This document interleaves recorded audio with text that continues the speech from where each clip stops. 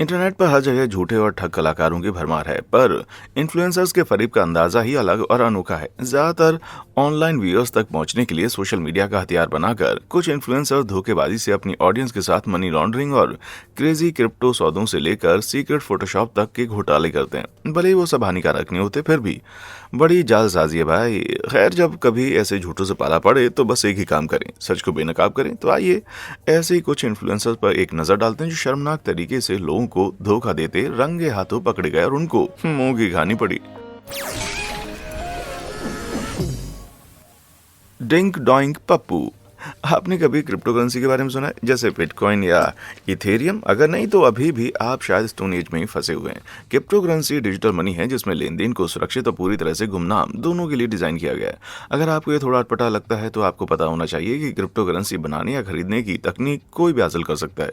Physical money के साथ बैंकों द्वारा लगाए गए बाजार पर बहुत सारे नियम होते हैं, लेकिन क्रिप्टो करेंसी बैंकों से नहीं गुजरती, इसलिए सभी लेन देन फिलहाल में किसी भी तरीके की निगरानी से कोसों दूर है। इसका मतलब हुआ कि क्रिप्टो करेंसी इस वक्त में फाइनेंशियल बेलगाम घोड़े सा है जिस पर सवार होकर आप भी नए सिक्कों के साथ क्रिप्टो गेम में खुद की किस्मत आजमा सकते हैं। अगर वो पॉपुलर हो जाते हैं तो शेयर की कीमत आसमान छू जाएगी और अगर आपको वो अरबपति भी बना सकती है। लेकिन अगर ये अपील खो देता है तो शेयर की कीमत गिर जाएगी, फिर ना घर के रहेंगे ना घाट के। समझे प्यारे?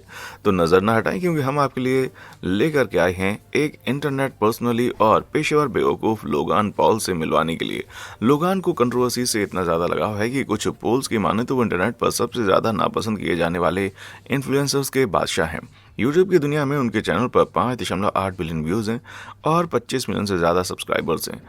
इतनी बड़ी तादाद के साथ थोड़े से ही वक्त में लोगान को क्रिप्टो गेम में हाथ आजमाने की सूची। जून 2021 में लोगान ने डिंक डाइंग नाम के एक नए सिक्के की प्रमोशन शुरू कर दी। उन्हें वीडियोस में पीआर की तरह इस्तेमाल किया जाने लगा। उन्होंने दावा किया कि यह क्रिप्टो स्पेस में अगली बड़ी खोज थी। This is a coin I believe in. It's my favorite one, to be honest. Dingdoink is so much more than a meme coin. It's a multimedia coin. Cartoon meets crypto. It's the blockchain, baby. In cartoon, fun, comedy format. I'm gonna be doing an episode myself soon.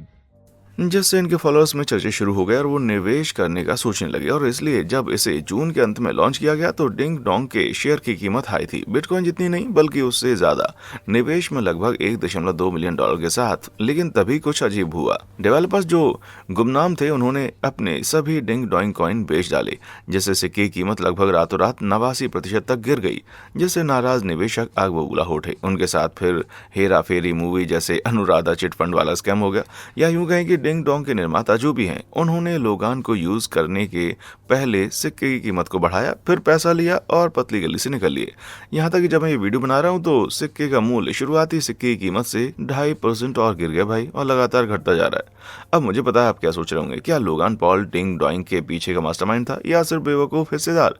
इससे भी जरूरी बात यह है कि क्या उसे इस स्कीम से प्रॉफिट हुआ? तो जवाब है ना भाई, हमें नहीं पता, क्योंकि क्रिप्टो करेंसी पूरी तरह से गुमनाम होती है। इसलिए मेरा अनुमान उतना ही अच्छा है जितना कि आपका।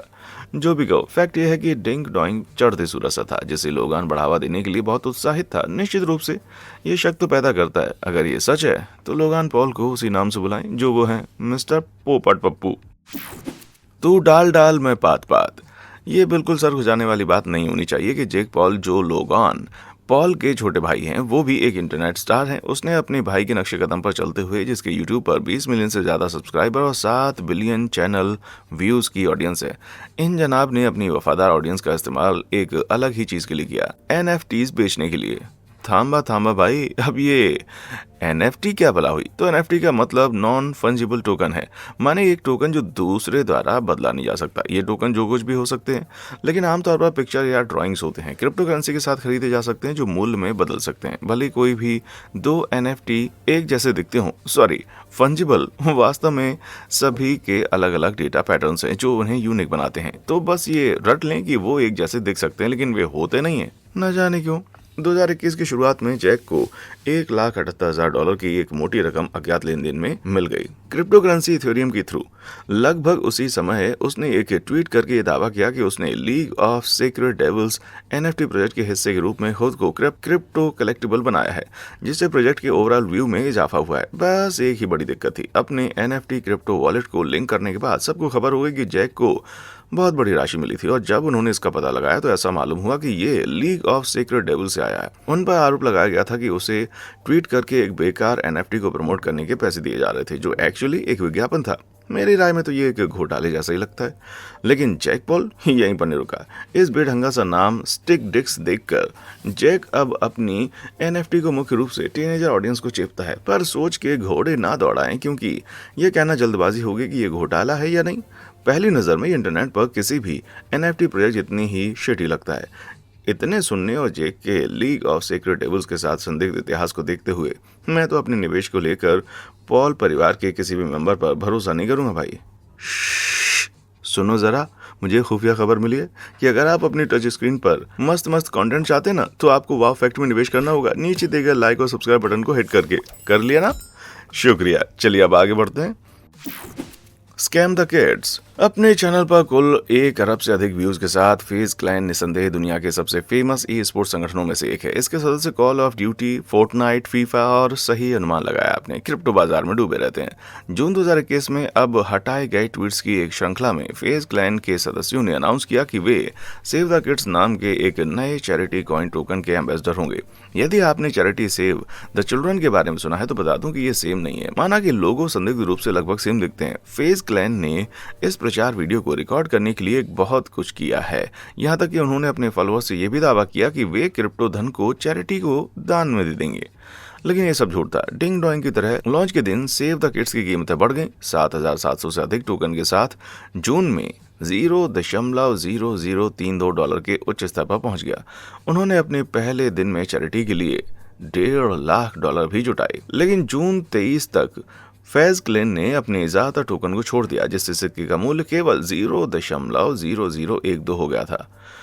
एक निवेशक ने यह भी टिप्पणी की कि लॉन्च के समय निवेश करने के 2 मिनट के बाद भी 50% नीचे थे, जिससे यह घोटाला हास्यास्पद रूप से स्पष्ट दिखाई दे रहा था। फेज क्लैन के फॉलोअर्स को इस बहाने स्टॉक खरीदने के लिए कहा गया कि ये सब दान के लिए है, और फिर तुरंत उस स्टॉक को बेचकर मुनाफा कमा गया। कितना प्रॉफिट? खैर, फेज के ने अकेले अपने $6.2 मिलियन मूल्य के टोकन बेचे, जिसमें क्लैन के सदस्य और कुख्यात धोखेबाज फेज जार्विस ने भी अपने सिक्कों की 2/3 तक की बिक्री कर दी। तो फेज क्लैन ने उन आरोपों का जवाब कैसे दिया जिसमें इस प्रोजेक्ट को बढ़ावा देने की मदद की बात थी? अपने ट्वीट डिलीट करके उन्होंने एम्बेसडर बनने का वादा किया था, लेकिन एक बार पैसा हजम करने के बाद प्रोजेक्ट बंद कर दिया गया। अगर फेज क्लैन के बस में होता तो वे ये तक कह देते कि भाई साहब, ये सब कभी हुआ ही नहीं। आखिरकार सेव द किड्स को बढ़ावा देने वाले सदस्यों को जवाबदेही के लिए मजबूर होना पड़ा, लेकिन खुद जिम्मेदारी लेने के बजाय उन्होंने इसे अपने मैनेजर के माथे मार दिया, उसे निकाल दिया।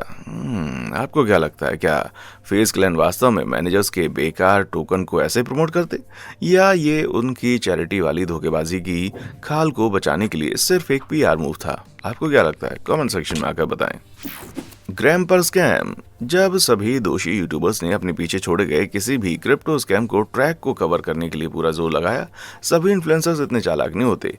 कभी कायला मसा के इंस्टाग्राम अकाउंट @के गोल्डी पर लगभग 3 लाख फॉलोअर्स थे। इस अकाउंट से कायला ने नकदी के ढेर के साथ अपनी ग्लैमरस जीवन शैली की तस्वीरें पोस्ट की।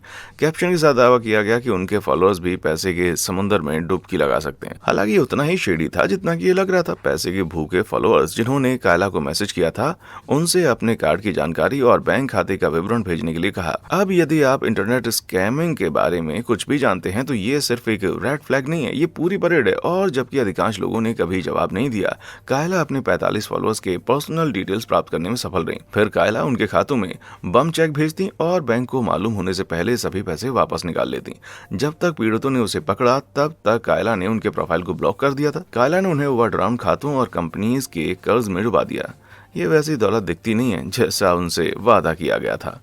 इस योजना की वजह से कायला ने $1.5 मिलियन से अधिक की कमाई की, और मामले को बदतर बनाने के लिए जो लोग झूठ के शिकार हुए उनमें से बहुत से लोग सिर्फ टीनेजर्स थे।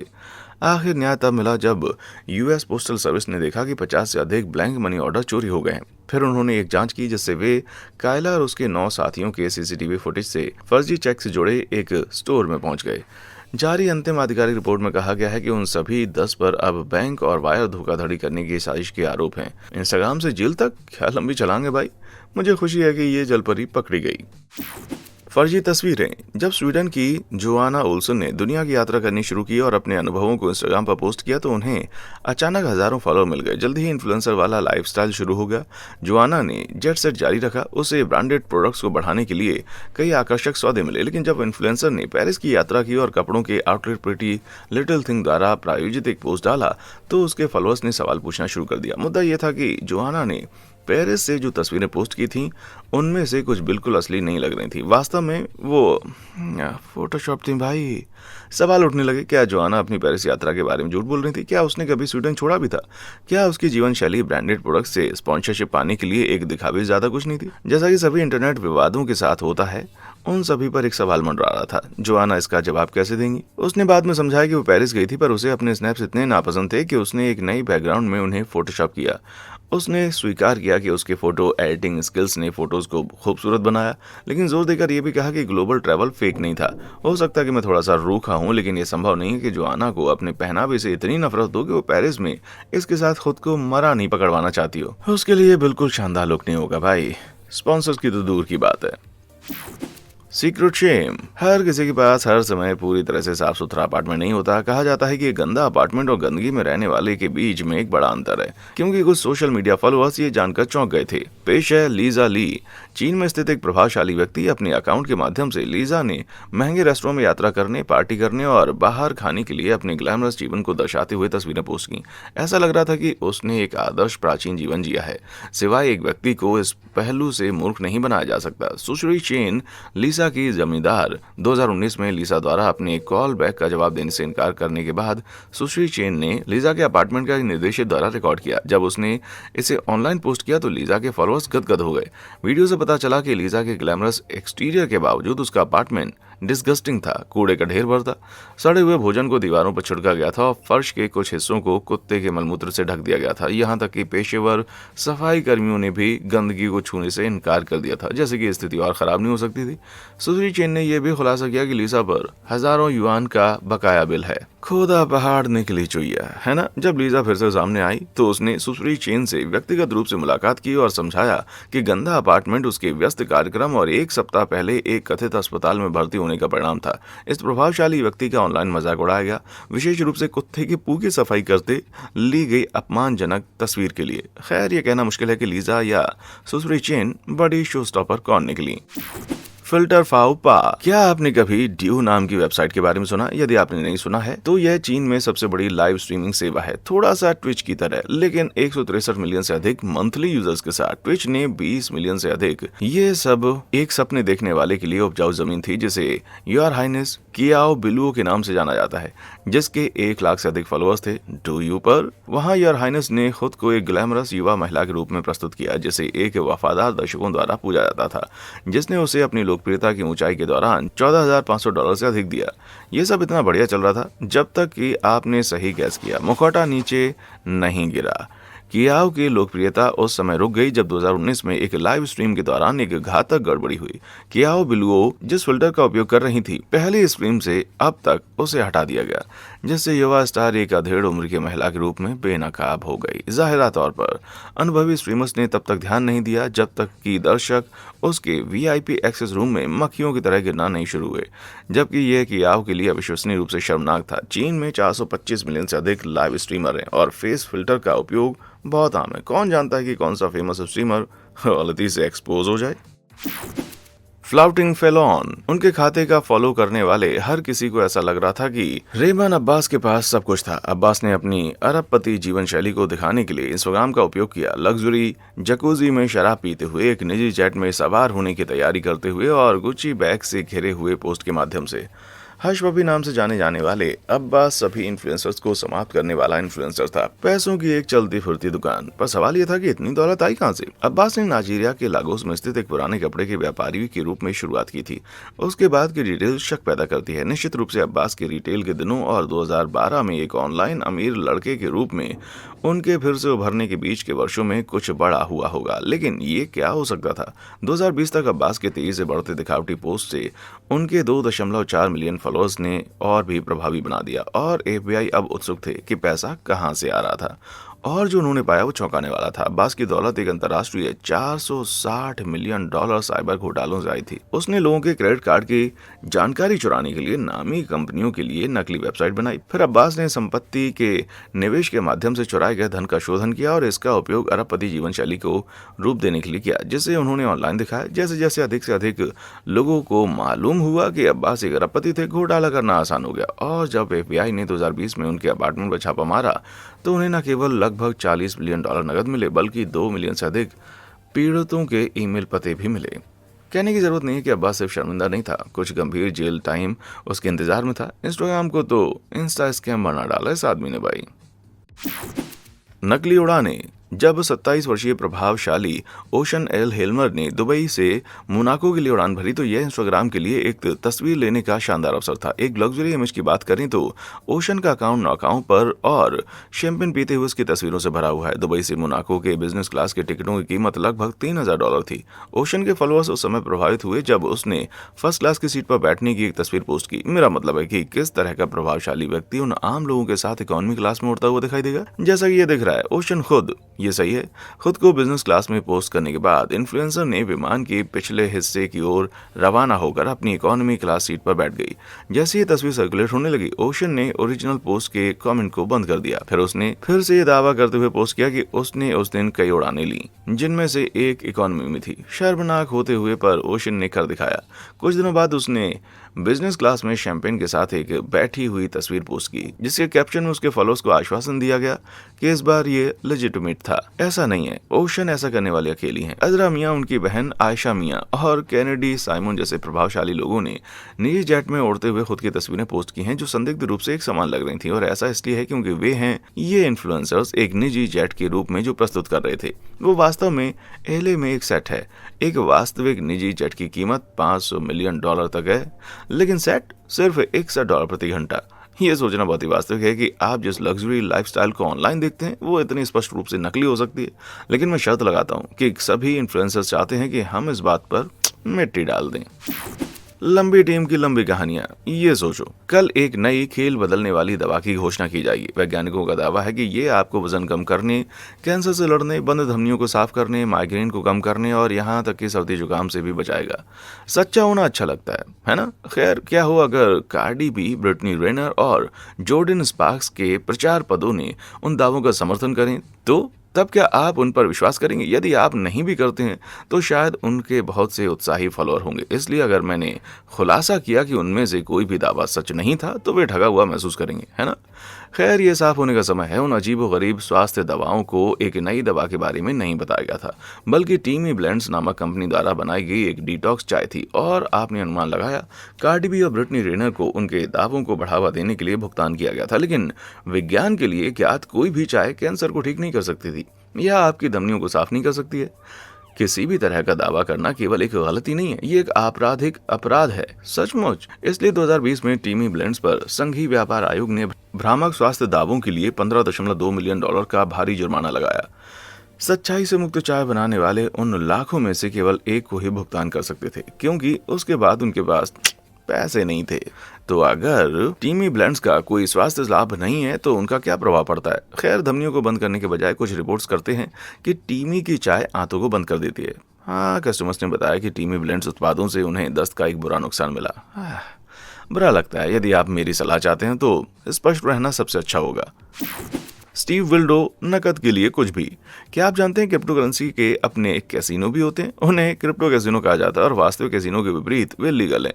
एक प्रकार का, वे तकनीकी रूप से ना तो इलीगल हैं और ना ही कानूनी। ये एक अनियमित ग्रे क्षेत्र से बाहर चल रहे हैं। इसका मतलब है कभी कभी क्रिप्टो कैसीनो को फट से अमीर करने वाली स्कीमों के लिए एक मोर्चे के रूप में इस्तेमाल किया जा सकता है। और जहां जल्दी जल्दी अमीर बनने की योजना है, इन्फ्लुएंसर फट से फॉलो करते हैं। क्रिप्टो कैसीनो अपने प्लेटफॉर्म को बढ़ावा देने के लिए बड़े प्रभावशाली लोगों को नियुक्त करते हैं और फिर उन्हें साइन अप करने वाली प्रत्येक अनुयायी के लिए एक शुल्क का भुगतान करते हैं। इतना ही नहीं, ये कैसीनो अपने इन्फ्लुएंसर्स को उनके प्रशंसकों के खोने की संभावना के आधार पर एक कमीशन दे सकते हैं। इसलिए इन्फ्लुएंस करने वाले अपने फॉलोअर को अपना पैसा दांव पर लगाने के लिए लोभा कर पैसा कमा रहे भाई। ये सब हमें स्टीव विल्डॉयट के पास लाता है, जो एक फेमस यूट्यूब मस्खरा है जिसके 4 मिलियन से अधिक सब्सक्राइबर हैं और जिसकी एक भव्य जीवन शैली है।